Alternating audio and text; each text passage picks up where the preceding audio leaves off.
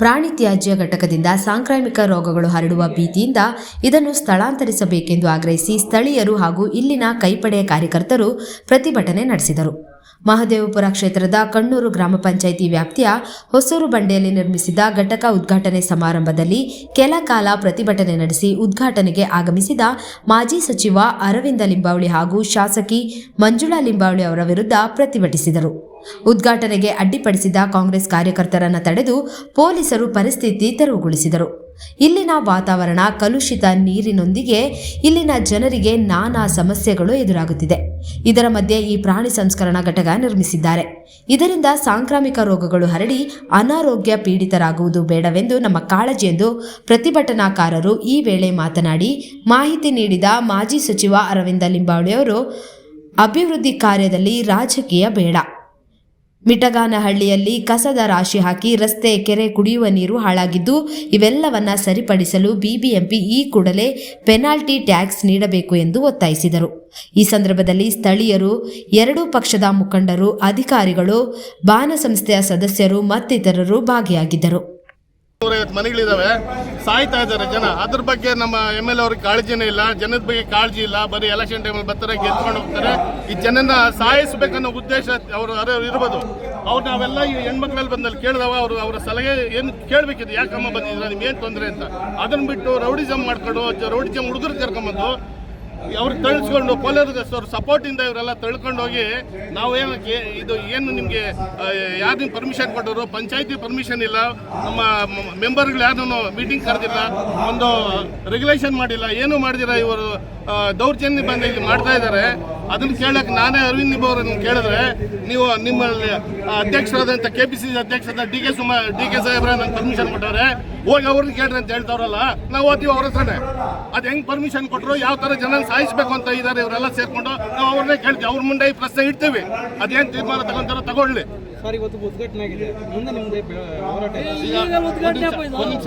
ಈ ಉದ್ಘಾಟನೆ ನಮಗೆ ನೀವು ಹೇಳಿದ್ರಿ, ಪೊಲೀಸರು ಹೇಳಿದ್ರೆ ನಮ್ಮ ಸರ್ಟಿಫಿಕೇಟ್ ನಮಗೆ ಪರ್ಮಿಷನ್ ಇದೆ ಅಂತ. ನೀವು ಪರ್ಮಿಷನ್ ಕೊಟ್ಟಿಲ್ಲ, ಅಥವಾ ಅಧಿಕಾರಿಗಳು ಪರ್ಮಿಷನ್ ಕೊಟ್ಟಿಲ್ಲ. ಈಗ ಯಾರು ಕಾಂಟ್ರಾಕ್ಟ್ ಇದೆನೋ ಅವರು ಪರ್ಮಿಷನ್ ಕೊಟ್ಟಿಲ್ಲ. ಇದನ್ನು ತಗೊಂಡು ನಾವು ನಮಗೆ ಕಾನೂನಿದೆ, ಕಾನೂನು ರೀತಿ ಹೋರಾಟ ಮಾಡೋದಕ್ಕೆ ನಾವು ಬಡ ಜನರಿಗೆ ಏನು ನಾವು ಇಲ್ಲಿ ಪ್ರಾಣ ಉಳಿಸ್ಕೋಬೇಕು ಅನ್ನೋ ನಿಟ್ಟಿನಲ್ಲಿ ಈ ಬಡ ಜನರ ರಕ್ಷಣೆ ಮಾಡೋಂಥ ಜವಾಬ್ದಾರಿ ನಮ್ದಿದೆ. ಇವರು ಶಾಸಕರಾಗಿ ಆ ಬಡವ ಜನರ ರಕ್ಷಣೆ ಸಿಕ್ಕಿಲ್ಲ. ನಾವು ಕಾಂಗ್ರೆಸ್ ಒಬ್ಬ ಅಧ್ಯಕ್ಷನಾಗಿ, ನಮ್ಮ ಬಿದರಳ್ಳಿ ಬ್ಲಾಕ್ ಅಧ್ಯಕ್ಷರಾಗಿ ಅವ್ರಿಗೆ ರಕ್ಷಣೆ ಕೊಡಬೇಕಾಯ್ತ ಜವಾಬ್ದಾರಿ ನಮ್ಮದು. ನಾವು ಉಗ್ರವು ಈ ಮುಂದಿನ ದಿನಗಳಲ್ಲೇ ತೆಗಿಸ್ತೀವಿ. ಯಾವುದೇ ಕಾರಣದಿಂದ ನಾವು ಮಾಡಕ್ಕೆ ಬಿಡಲ್ಲ. ಮುಂದಿನ ದಿನಗಳಲ್ಲೇ ಬಡವರ ಮುಂದಿನ ದಿನಗಳಲ್ಲಿ ಎಲ್ಲ ಇಲ್ಲೀಗಲ್ ಆಗಿ ಇಲ್ಲಿನ ಶಾಸಕರು ಎಲ್ಲರ ಮೇಲೆ ದೌರ್ಜನ್ಯ ಮಾಡಿ ಇಲ್ಲಿ ನಮ್ಮ ಲೀಡರ್ಸನ್ನ ತಳ್ಕೊಂಡು ರೌಡಿಗಳನ್ನ ಇಟ್ಕೊಂಡು ಕಾರ್ಯಕ್ರಮ ಮಾಡ್ತಾರೆ.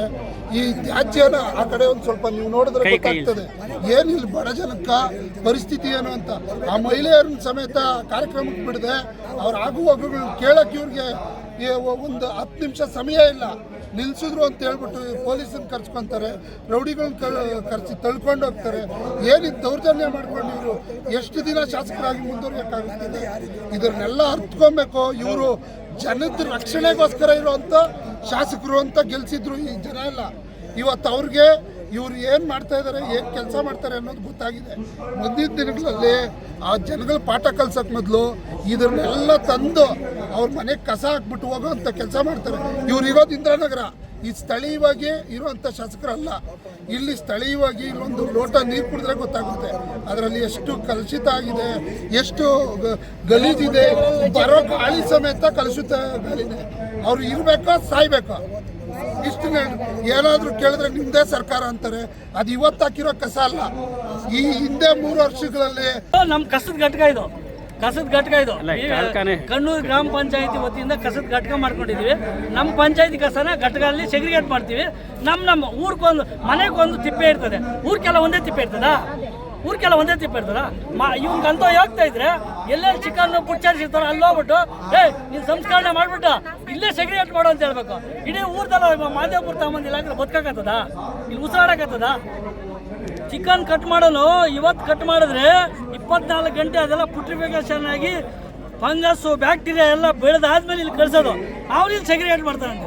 ಇವ್ನು ಹೋಗ್ತಾ ಇದ್ರೆ ಸರ್ಕಾರದಲ್ಲಿ ಫೈಟ್ ಮಾಡಿ ಶಾಸನ ಸಭೆಯಲ್ಲಿ ಪ್ರತಿ ಚಿಕನ್ ಅಂಗಡಿಲೂ ಒಂದೊಂದು ಸಂಸ್ಕರಣಾ ಘಟಕ ಮಾಡೋದು. ಇಲ್ಲಿ ನೋಡಿ ಕಸದ 600 ಕೋಟಿ ಕೊಡ್ತಾರೆ ನೋಡಿ, 600 ಕೋಟಿ ಕೊಡ್ತಾರೆ ಇಲ್ಲಿ ಪ್ರತಿ ವರ್ಷ ಕಸ ವಿಲೇವಾರಿ ಘಟಕಕ್ಕೆ. ಏನು ಇವ್ರು ಮಾಡ್ತಾ ಇರೋದು? ಇವ್ರೇನು ಮಾಡ್ತಾವ್ರೆ? ಆಗತ್ತೆ, ಡ್ರೈನು ಆಗುತ್ತೆ, ಪ್ಲಾಸ್ಟಿಕ್ ಆಗುತ್ತೆ, ಆ್ಯನಿಮಲ್ ವೇಸ್ಟ್ ಆಗುತ್ತೆ, ಆ್ಯನಿಮಲ್ ವೇಸ್ಟು ಮಿಕ್ಸ್ ಆಗಿ ಬರುತ್ತೆ. ಸೊ ಪಕ್ಕದಲ್ಲಿ ಏರ್ಪೋರ್ಟ್ ಇರೋದ್ರಿಂದ ಅದರಿಂದ ಮತ್ತು ಬೀದಿ ನಾಯಿಗಳು ಇತ್ತೀಚೆಗೆ ಸುಪ್ರೀಂ ಕೋರ್ಟು ಭಾಳ ಬಲವಾಗಿ ಹಿಡಿದೆ. ಈ ಮಾಂಸ ಇದ್ದಿರೋದ್ರಿಂದ ಬೀದಿ ನಾಯಿಗಳು ಸಹಜವಾಗಿ ಬರೋಕ್ಕೆ ಶುರು ಮಾಡ್ತವೆ. ಅಲ್ಲಿ ಯಾರು ಓಡಿಸೋಕ್ಕೆ ಬಂದರೆ ಅವ್ರ ಮೇಲೆ ಅಟ್ಯಾಕ್ ಮಾಡಿರ್ತಕ್ಕಂಥ ಸಾಧ್ಯತೆಗಳು ಇದ್ದಾವೆ. ಹಾಗಾಗಿ ಇದು ಒಂದು ಭಾಳ ಮುಖ್ಯವಾದಂಥ ಒಂದು ಕ್ರಮ ಅಂತ ನಾನು ಭಾವಿಸ್ತೀನಿ. ಇವತ್ತು ಲೋಕಾರ್ಪಣೆಗೊಂಡಿದೆ. ಮೊದಲಿಗೆ ನಮ್ಮ ಪಂಚಾಯಿತಿಯಲ್ಲಿ ಬರುವಂಥ ಆ್ಯನಿಮಲ್ ವೇಸ್ಟ್ ಏನಿದೆ ಅದನ್ನು ಕಲೆಕ್ಟ್ ಮಾಡಿ ಪ್ರೊಸೆಸನ್ನು ಮಾಡ್ತಾರೆ. ಇದನ್ನು ನಾಯಿಗಳಿಗೆ, ಮೀನಿಗೆ ಆಹಾರವಾಗಿ ಕನ್ವರ್ಟ್ ಮಾಡ್ತಾರೆ. ಸೊ ಈ ರೀತಿಯ ಒಂದು ಅಭಿವೃದ್ಧಿ ಪರ ಯೋಜನೆ ಇವತ್ತು PPP ಮಾಡೆಲಲ್ಲಿ ಇಲ್ಲಿ ಪ್ರಾರಂಭ. PPP ಅಲ್ಲ, ಅದು ಸ್ವಂತ ಖರ್ಚಲ್ಲಿ ಮಾಡಿರೋದವರು. ನಾನು ಸರ್ಕಾರಕ್ಕೆ ವಿನಂತಿ ಮಾಡ್ತೀನಿ, ಇವ್ರಿಗೆ ಬೇಕಾಗಿರ್ತಕ್ಕಂಥ ಸಹಾಯವನ್ನು ಲ್ಯಾಂಡ್ ಆಗಿರ್ಬೋದು, ಇನ್ನೂ ಹೆಚ್ಚು ಮಾಡೋ ಜಾಗಗಳು ಬೇಕಾದಂಥ ಕಡೆಗೆ, ಅಥವಾ ಒನ್ ಟೈಮ್ ಗ್ರ್ಯಾಂಟ್ ಆಗಿರ್ಬೋದು, ಇದಕ್ಕೆ ಕೊಲ್ಯಾಟ್ರಲ್ ಸೆಕ್ಯೂರಿಟಿ ಕೊಡಬೇಕಾಗತ್ತೆ ಅವ್ರು ಮತ್ತೆ ಮಾಡಬೇಕಾದ್ರೆ. ಅಂಥದಕ್ಕೆಲ್ಲ ಸರ್ಕಾರ ಸಹಾಯಕ್ಕೆ ಬರಬೇಕು. ಬೆಂಗಳೂರಿನಂಥ ನಗರದೊಳಗೆ, ದೊಡ್ಡ ನಗರದಲ್ಲಿ ಕಸದ ದೊಡ್ಡ ಸಮಸ್ಯೆ ಇರುವಂಥ ಸಂದರ್ಭದಲ್ಲಿ ಅದರ ಒಂದು ಭಾಗವನ್ನು ತೆಗೆದುಕೊಂಡು ಇವರು ಪ್ರೋಸೆಸ್ ಮಾಡ್ತಾಯಿದ್ದಾರೆ. ಅದೇ ರೀತಿ ಈ ಸಂದರ್ಭದಲ್ಲಿ ನಾನು ಸರ್ಕಾರಕ್ಕೆ ಒತ್ತಾಯ ಮಾಡ್ತೀನಿ, ನಮ್ಮಲ್ಲೇನು ಕಸ ಹಾಕ್ತಾಯಿದ್ದೀರಿ, ನೀವು ಪದೇ ಪದೇ ಹೇಳ್ತಾನೆ ಇದ್ದೀರಿ ನಿಲ್ಲಿಸ್ತೀವಿ ಅಂತ ಹೇಳ್ತೀರಿ, ಫೋನ್ ಮುಖಾಂತರ ವಿನಂತಿ ಮಾಡ್ಕೊಳ್ತೀರಿ, ಸ್ವಲ್ಪ ದಿವಸ ಅವಕಾಶ ಕೊಡಿ ಅಂತ ಅಧಿಕಾರಿಗಳನ್ನು ಕಳಿಸ್ತೀರಿ, ಮತ್ತು ಅವ್ರ ಕಡೆಯಿಂದ ಒತ್ತಡ ಹಾಕಿಸ್ತೀರಿ. ಇದನ್ನು ಪರ್ಮನೆಂಟಾಗಿ ನಿಲ್ಲಿಸೋದ್ರ ಬಗ್ಗೆ ಚಿಂತನೆಯನ್ನು ಮಾಡಿ ಬೇರೆ ಕಡೆಗೆ ಅಲ್ಲಿ ಮಾಡ್ತಿರೋ ಇದೇ ರಿಪ್ಲಿಕಾ ಆಗಬಾರ್ದು. ಸರಿಯಾದಂಥ ಪ್ರೊಸೆಸ್ಸನ್ನು ಮಾಡುವಂಥ ಯೋಜನೆಯನ್ನು ರೂಪಿಸಿಬಿಟ್ಟೆ ಬೇರೆ ಕಡೆಗೆ ಯೋಜನೆಯನ್ನು ಜಾರಿಗೆ ತರಬೇಕು. ಅದರ್ಶವಾಗಿ ಪ್ರಾಣಿಗಳ ಮಾಂಸ ಏನಿದೆ ವೇಸ್ಟ್, ಅದನ್ನು ಪ್ರೊಸೆಸ್ ಮಾಡೋದಕ್ಕೆ ಇರುವಂಥ ಒಂದು ಫ್ಯಾಕ್ಟ್ರಿ ಇದು. ಈಗಾಗಲೇ ನಾವು ಒಳಗೆ ನೋಡಿದಾಗೂ ಕೂಡ ಅದೇ ಸೈಟಲ್ಲಿ ನಾವು ನಿಂತು ಮಾತಾಡ್ತಾ ಇದ್ದೀವಿ. ಎಲ್ಲಿ ಈ ವೇಸ್ಟನ್ನು ರಿಸೀವ್ ಮಾಡೋ ಜಾಗ ಬಿಟ್ಟರೆ ಉಳಿದೆಲ್ಲೂ ಆ ರೀತಿಯ ವಾಸನೆ ನಮಗಂತೂ ಮೂಗಿಗೆ ಹೊಡೆದಿಲ್ಲ. ಕೆಲವ್ರಿಗೆ ಯಾರಿಗೋ ಮೂಗಿಗೆ ಹೊಡೆದು ಏನೇನೋ ಮಾತಾಡ್ತಾ ಇದ್ದಾರೆ. ಅವ್ರೇನೋ ಯಾವ ಕಡೆ ಹೋಗಿ ಬಂದ್ರಂತ ಗೊತ್ತಿಲ್ಲ ಅವರು.